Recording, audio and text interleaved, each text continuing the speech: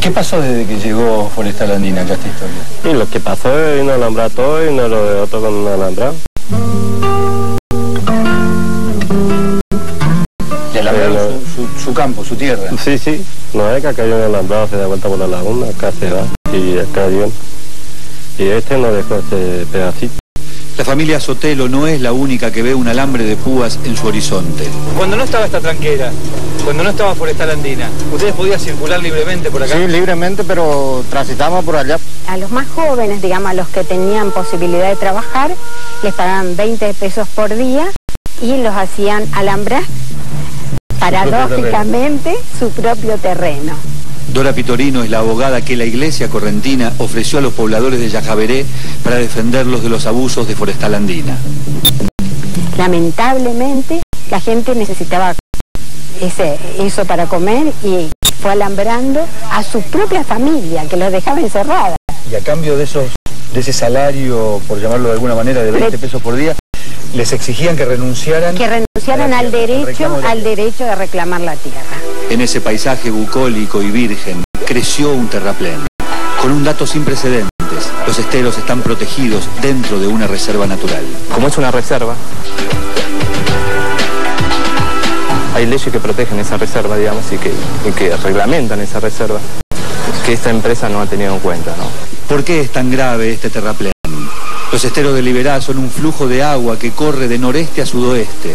El terraplén impide ese flujo y genera sequía, aguas abajo y aguas arriba, inundación.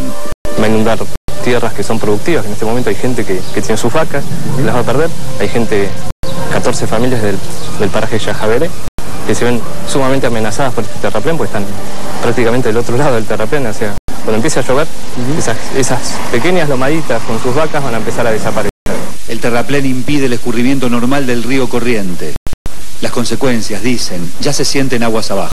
¿Cuántas lagunas había en esta? Y había 36 lagunas en esta zona. ¿Cuántas quedaron de las 36? 2 o 3 como máximo.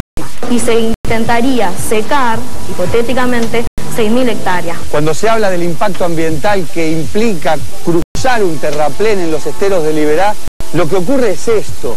Yo estoy en este momento en lo que era el lecho de una laguna.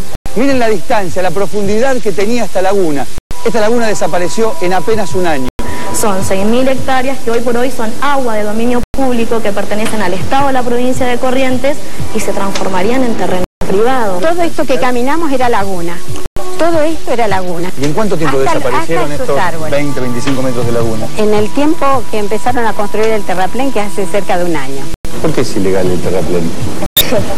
El terraplén de Forestal Andina es ilegal porque primero va en contra de la normativa vigente, así lo ha ordenado la ley, así lo ha determinado la justicia mediante una sentencia de primera instancia. 2 veces respondió la justicia a la demanda de los pobladores de Yajaveré. Aquí vemos el momento en que la justicia notifica a la empresa Forestal Andina que debe detener la obra.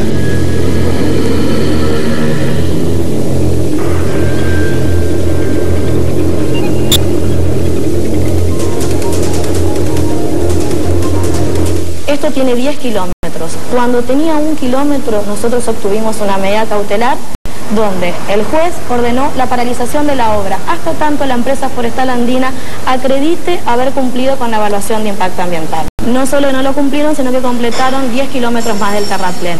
El terraplén hoy continúa avanzando. Ese tractor está trabajando sobre el terraplén prohibido. La justicia, insistimos una vez más, ordenó detener todo terraplén y demoler todo aquello que haya sido construido. Esto es un documento inapelable. Están trabajando, construyendo metros y metros de pared sobre los esteros de Liberá.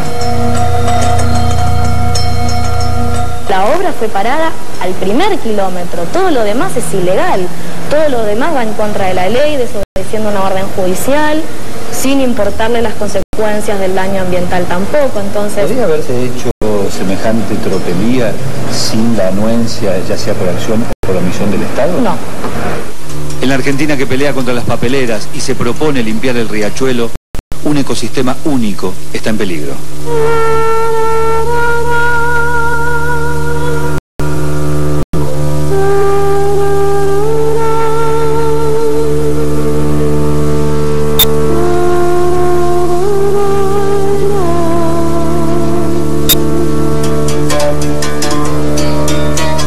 si me equivoco, Sergio.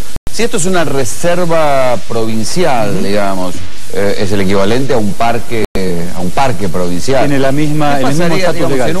En un parque provincial supone que es una zona protegida. Si uno va y tala un bosque en un lugar donde es un bosque protegido, es un desastre. Construir un terraplén en un lugar donde hay agua es equivalente a talar un bosque. Absolutamente. Lo menos que uno tiene que hacer, es presentar un estudio de impacto ambiental que demuestre que ese impacto no se va a producir con esa obra o con esa acción. Bueno, es el motivo por el cual... reserva. No. Por más que hagas un estudio de impacto ambiental... Es cierto que hay reservas que son intangibles, hay reservas que son mixtas, es decir, que puede haber alguna actividad.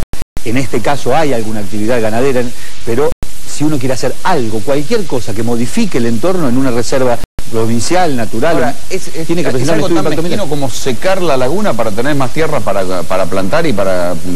Esa es la hipótesis de los pobladores y esa es la hipótesis que hizo lugar la jueza que determinó... 2 veces la justicia le dijo para el terraplén, no le dieron bola. La primera, en diciembre del 2005, dice disponer la inmediata suspensión de las obras denunciadas, acá está el fallo.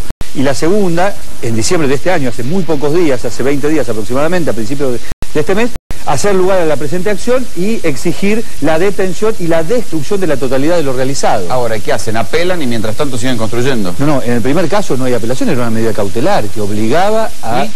Bueno, lo decía el informe.